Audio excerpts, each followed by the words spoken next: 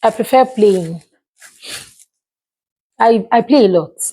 So how were you playing and you got 166 microprocessors? I can be listening to music and be studying. I can be joking.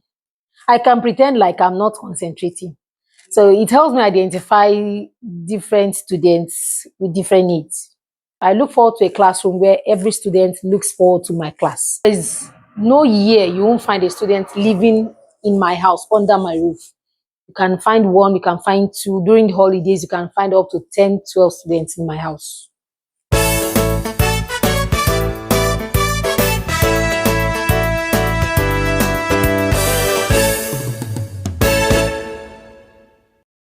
In the spirit of teachers enjoying heaven on earth, I told you I will always be the whistleblower for every teacher that is doing well.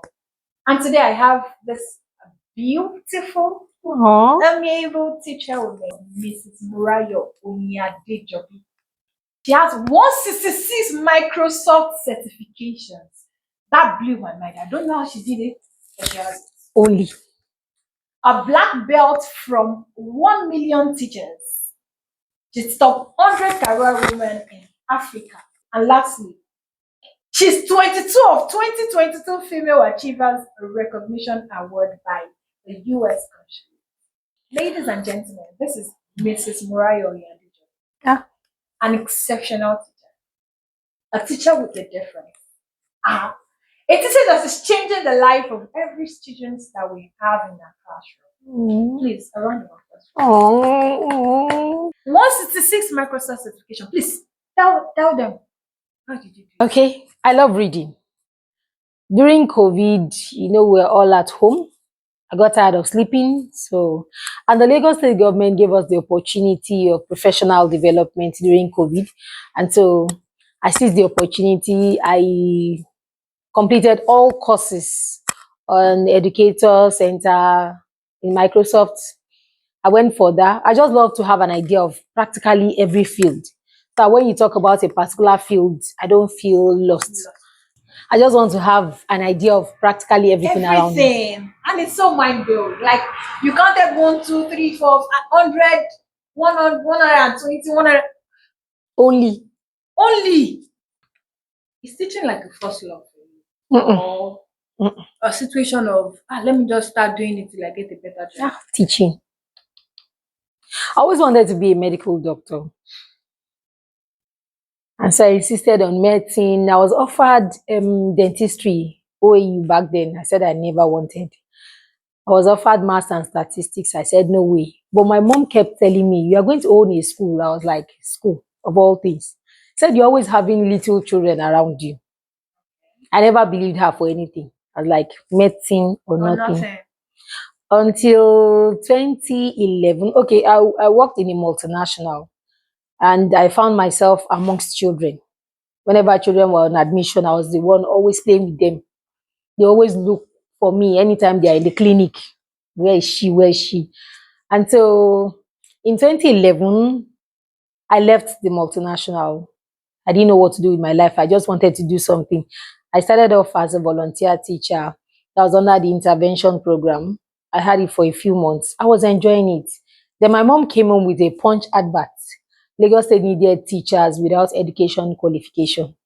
And she was like, you're always with children. Why not try it out?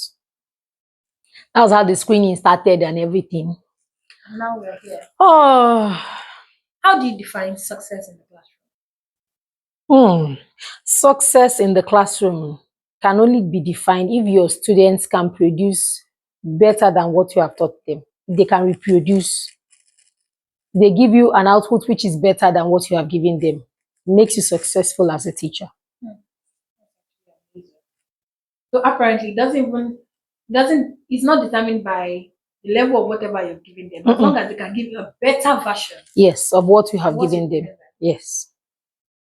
What's your favorite classroom activity? I prefer playing. I play a lot. So how were you playing and you got 166 microprocessors? I can be listening to music and be studying. I can be joking. I can pretend like I'm not concentrating. So it helps me identify different students with different needs. It's just my person. I can be doing 4 or 5 things at the same time. I'm multitasking. So when I see students who are restless, who are playful, who are this, I just see myself in them. So I don't always have issues with them at all. So most times we play in the classroom. I look forward to a classroom where every student looks forward to my class. They're always coming to my office. We have ICT. We have ICT. They always praying. The teacher ahead of me should just leave the class. You see them running. We have ICT. Let me help you carry. We are not carrying anything. We are waiting for you. So it's always, I always want a classroom where every student looks forward to. We play most times. It helps them remember role playing. I go up to class with a lot of things. I think I heard this particular topic. How do I want my students to be able to relate to the topic? We act drama. I give them roles to play against the next class. There are times I act as a student, they act as a teacher.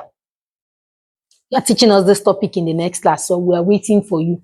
We are all going to be asking you questions. So such a child will have no choice than to read ahead of the class. I'm sure you've experienced this part of teaching where all those senior colleagues tell you, I don't know, but share all this kind of thing. How do you deal with senior junior syndrome in teaching? It's normal everywhere. When I started, we were 2013 sets that were employed in my school. And so when we started out, some were like, ó fẹ́ gba mọ́tò ni. She wants it for recognition. And I think the first recognition whatsoever came in 2015. I started working in 2013 and I didn't get any other award until 2020. But the sacrifices were out of this world. But I discovered that even the senior teachers that will tell you you get tired, they will still be the one to drag a student to you. What can we do about this child? It got to a point I will collect loans to be able to settle my students. There's no year you won't find a student living in my house under my roof. You can find one, you can find two. During the holidays, you can find up to 10, 12 students in my house. I'm used to it. But at a point, they knew it was just me. My office, I always have students in my office. Senior colleagues don't like it. They see it as strange. Yes. I have students that will cover my eyes from the back. Miss when you guess who. And sincerely, I love it. I'm very strict, but despite that, I work with my students such that we play. They cover my eyes, give me swing. Even when they offend at home, their parents will call me swing. Come and talk to your son. He doesn't want to wash plates. And I'll call, put the phone on speaker. You won't wash what? Don't worry, I'll start washing. We'll see tomorrow. So parents will tell them, I will report it to Miss Oyin. Some will even be crying, please, Miss Oyin, I promise I'll never do that. So they, at a point, they knew it was just who I was. I was just used to, I buy bags of water, I buy snacks. Some students, I pack their food with mine. If they are hungry, they can't hear anything. So just, they got tired. Some will even move out of the office for me. You and your children, you are disturbing you and your children. Even after school, I'll wait with them. Sometimes till 6 p.m. We're always reading. When it's time for test exams, I always have them come to my office, read, summarize what you have learned. Come and tell me. In all subjects, the ones I don't know, I put my phone under the table, I Google the answer. That's not the response. There's an error there to be under my table. So what do you think the answer should be? I'll check. So they got used to it. They had to leave me alone. Now, let me ask this question. You said you sometimes you accommodate some students in your house. How does your spouse and your kids feel about that? It's just me. I'm used to it. Was it that there was no time they were not comfortable? Maybe at the beginning. My children always want myself and them alone. But I have to tell them the opportunity you have, it's not everybody that has it. There are times I would have to call them, sit them down. This person is facing this challenge. If you were to be in the shoes of this person, what do you think would have happened to you? So if they understand the problem of other people, they have no choice than to accommodate. So most times You just say, let's keep this for this particular person. There are times they ask me, when last did you hear from this person? How is this person coping? Some will have lost their parents, some are maltreated, some are abused. Have students walking up to me, Mommy, can I confide in you? And so I have no choice. Just told them, it's my life. These people need our help. And so they've been supportive. There are times they save money. This person, let's give this person this thing so that this person can have this. So, There's one thing you'd love to change, wow, either on the part of the students or on the part of the teacher. What would it be? wow. The teaching service, I have some things I would love to change. One, curriculum, our learning environment at times. Terrible. You can't keep students too long in school and you expect them to assimilate anything. You can't. I practically learned that in the course of my journey as a teacher. There was a time I used to have a student that used to faint 2, 3 times a week. And they would call me, "Oyin, omo etu ti bere o."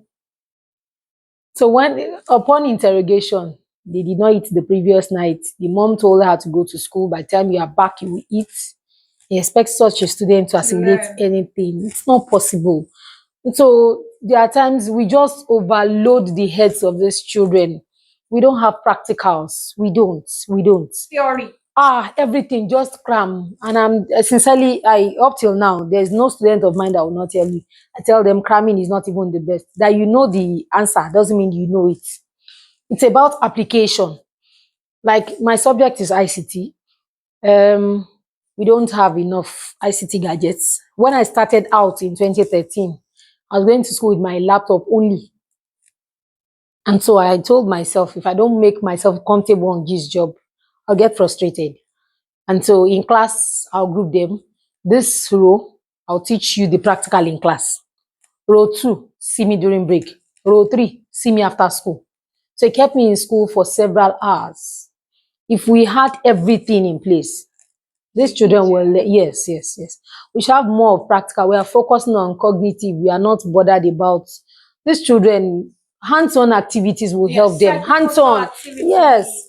These children are intelligent. I have ideas. Most times I find it difficult to implement. But when I call the students, I'm thinking of something. Sincerely, by the time they develop it, you'll be wowed. And people will say, Oyin is very intelligent. I tell them, it's my student. I don't know anything. Just tell them this idea I have. When you have amazing students, it looks like boom. Sincerely, they give you results.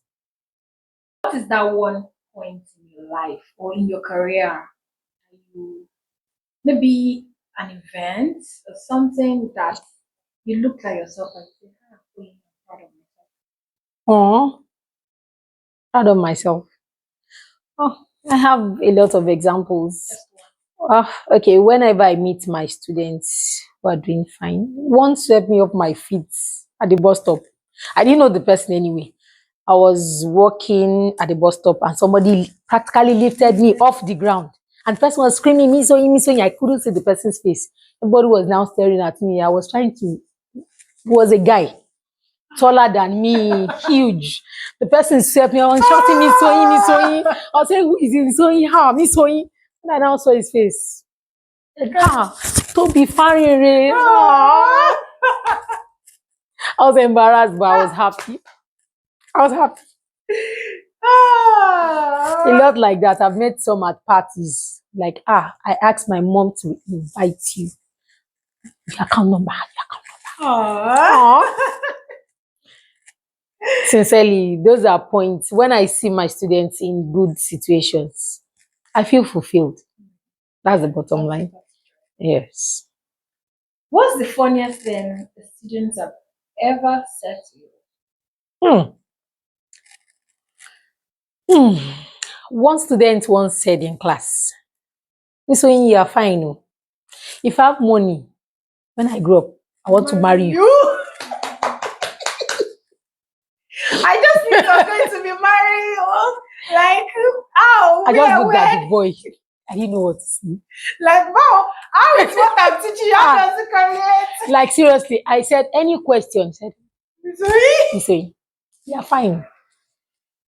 If I have money, I want to marry you. How did you class? Everybody burst into laughter. I was like, you want to marry me? Wait until then. Just face your studies first. You want to marry me? Marry your education first. Make it in life, then let's talk. Like, wait, what was he even thinking about? Did he think you would still be this way when he grows up or something? Just children, Wow. What do you want to be remembered for? The legacy, the impact I make in the lives of everyone around me. That's all. Just the impact. Just the impact. Impact. Send a message to your 10-year-old self. Oh, 10-year-old Murayo. Yeah, thank you for your resilience. Thank you for not giving up. Because your not giving up has birthed this beautiful lady who is strong to be a better version of you. Thank you for not giving up. So if there's a student that is watching you now that is at the verge of giving up, maybe due to family issue or because he or she is struggling academically, what would you tell him or her? I would say do not give up. Your case cannot be the worst situation in life. I've been through a lot. Wrote Waec twice, wrote Jamb 5 times. I kept on failing either physics, chemistry, or whatever.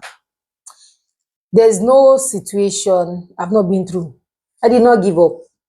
Here I am today. So pick up the pieces of your life. Move on. It's so amazing. So amazing. So your story is so inspiring. And the fact that your story and that of your students almost similar. See? I hope you're inspired. I hope the story of Mrs. Morayo Oyin Adejobi inspired you or Lagos inspires teacher. you as much as it has inspired me. Thank you very much for tuning in. We have come to the end of this session. Please don't forget to recommend the teacher in the comment section. Recommend the teacher. There's one teacher that has impacted your life that you can't remember now. Try to and recommend him or her. Don't forget to subscribe, please. See that bell? Bong, bong, bong. Click on it. Yes, just free of charge. Doesn't cost you anything. Please subscribe, like, and leave a comment. All right, let's play a game. Oh, game. Okay. Yes, raise your 5 fingers. Okay. Never have I sent a student out of my class. I did that when I just started. But now I'm mature. Okay. Never have I not written my lesson notes before the new week. Don't go there. Never have I lobbied for a position or opportunity from a superior. Not my talent. Never have I gone to the examination hall to give or render help to my students. When I mean help, okay, give them answers. Do I enter examination hall, but not for answers? All right. Never have I disrespected a superior officer. Disrespect. It's not disrespect. Never have I walked out of a class before. Walked out. Don't worry. I know how to deal with such adults. Never have I lied to not be in school the next day. It's not about lying. It's not lying. I won't give you a particular response. I won't lie, but I will not tell you directly what is going on. Never have I had a confrontation with a member of staff. Confrontation. Aluta. Director, cut.